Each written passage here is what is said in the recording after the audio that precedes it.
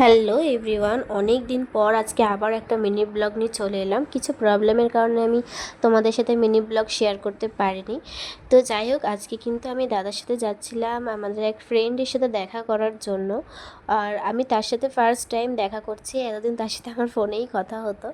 তো যাই হোক, এসেছিলাম হাবড়াতে। আর যেহেতু এখানে জগদ্ধাত্রী পুজো হচ্ছিল, তোমরা তো জানো হাবড়া আর অশোকনগরে জগদ্ধাত্রী পুজো হয়, তো সে কারণে এখানে প্রচুর পরিমাণে ভিড় ছিল। আর নিজেকে একটু কুল রাখার জন্য একটু আইসক্রিম খেয়ে নিলাম, আর এখানে ফ্রেন্ডের জন্য নিচ্ছিলাম অনেক সুন্দর, মানে যেহেতু ওর ফুল খুব পছন্দ, তাই কিন্তু এখান থেকে সুন্দর সুন্দর কিছু ফুল নিয়ে একটা সুন্দর একটা বুকে তৈরি করে নিয়েছিলাম। তারপর বুকে নিয়ে কিন্তু সুন্দর লাইটিং দেখতে দেখতে চলে গিয়েছিলাম, কিন্তু ফাইনালি ওদের সাথে আমাদের মিট হয়ে গিয়েছিল।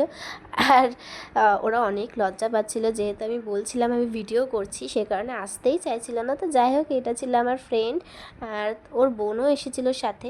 তো তারপরে সবাই মিট করে কিন্তু এখানে একটু আমরা প্যান্ডেল দেখছিলাম।